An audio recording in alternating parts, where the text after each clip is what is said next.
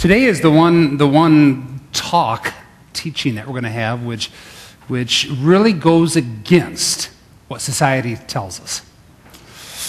And as I was sitting there singing the songs, I thought, man, maybe it was one of those times that we should have needed some maybe middle school kids. Hopefully all your parents are going to be okay with your kids going to be in, because this morning we're going to talk about thou shalt not commit adultery. Adultery. Well, if you look at society today, all we got to do is listen. All you got to do is listen, and we have the Brett Favre, the whole scandal that he had with the New York Jets, and then a few other ladies came out. Then with the Steelers, Big Ben Roethlisberger had to sit out 4 or 5 games this season because of the same style or same type of issue. Who doesn't know about Tiger Woods? And Tiger Woods, awesome golfer, but had no idea how to handle his sexuality, who he was as a man.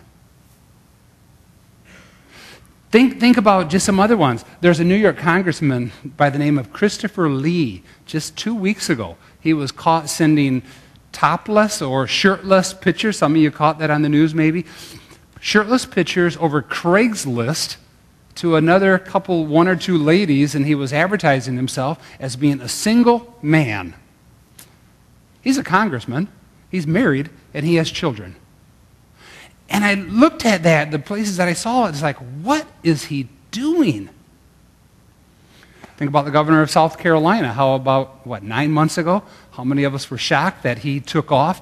Mark Sanford took off from South Carolina. Nobody knew where he was. He was down in Argentina meeting up with his honey. Left his wife and kids. Now he's left the governorship.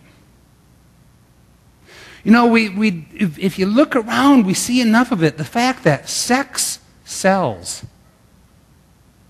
Who of us can forget just Elizabeth Edwards just recently passing away, and her husband John separating from her because during part of his political process he ends up having an affair and has what we'd term a love child while he's married to Elizabeth.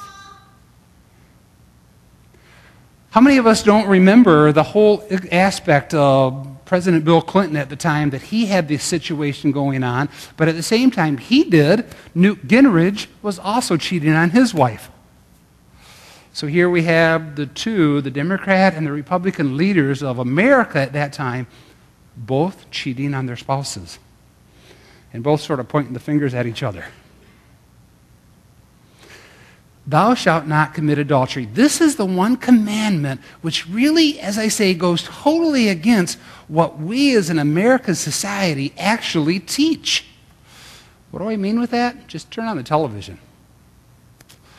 How many of the shows on television don't deal with sexuality? One of the top shows, 2.5 Men.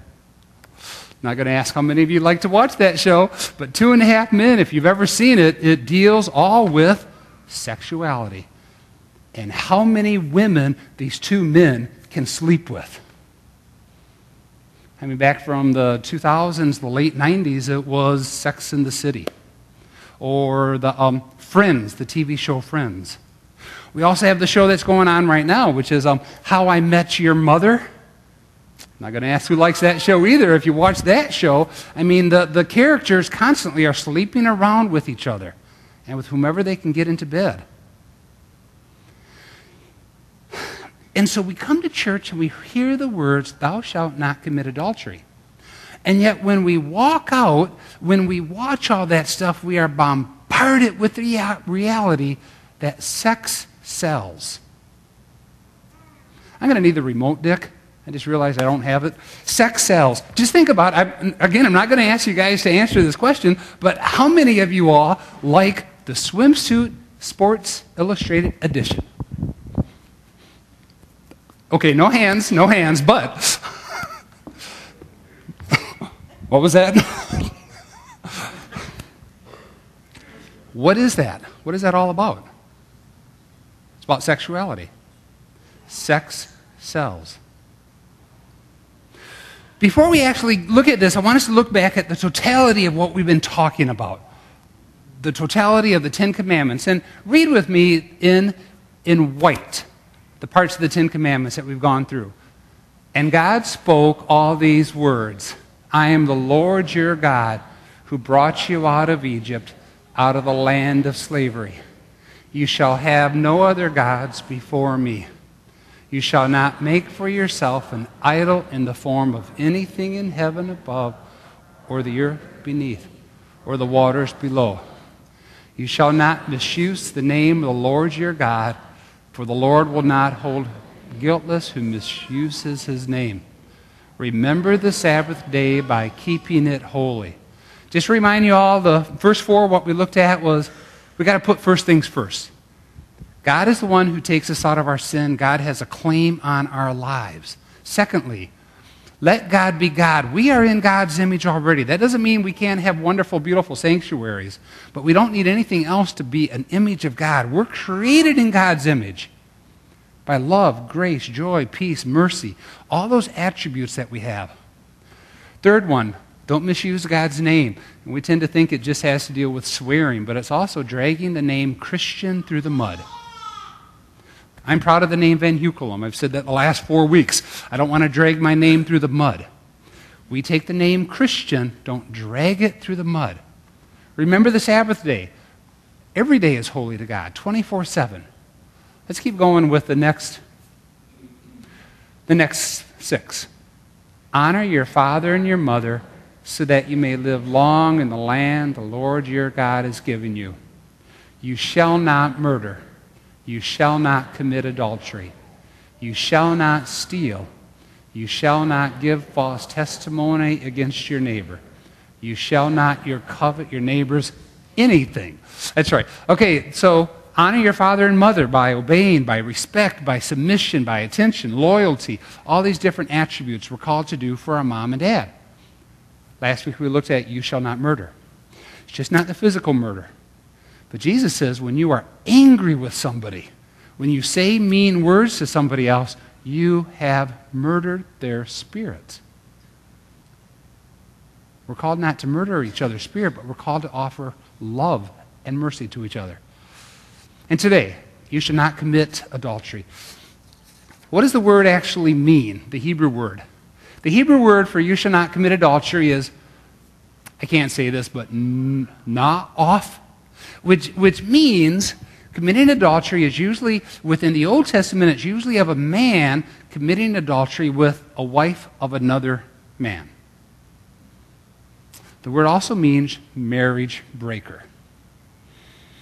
What's interesting here is some people will take this and they'll say, okay, do not commit adultery. The Hebrew word for adultery deals with married people. I'm a single person. It doesn't say anything about me. Well, I'm not. I'm married. But if you're a single person, you're single. I got online this last week. Really, I would not want anybody to check my computer where I've been this last week checking sites. It's like, why do men cheat? Why do women cheat? All these different things I was looking at to try to get into what's going on in our society. One of the sites that I jumped on was supposedly a Christian site, and it was talking about this word, and the author went on to say it's all about married people between each other. Therefore, God says nothing about singles and waiting until they're married. Basically, the author was saying, so for singles, it's just go for it. Until you get married, then you have to be faithful. Thinking, whoa, where did this guy get all his information? Because the reality is, the word fornication in Scripture is dealing with singles. And God says not to have fornication.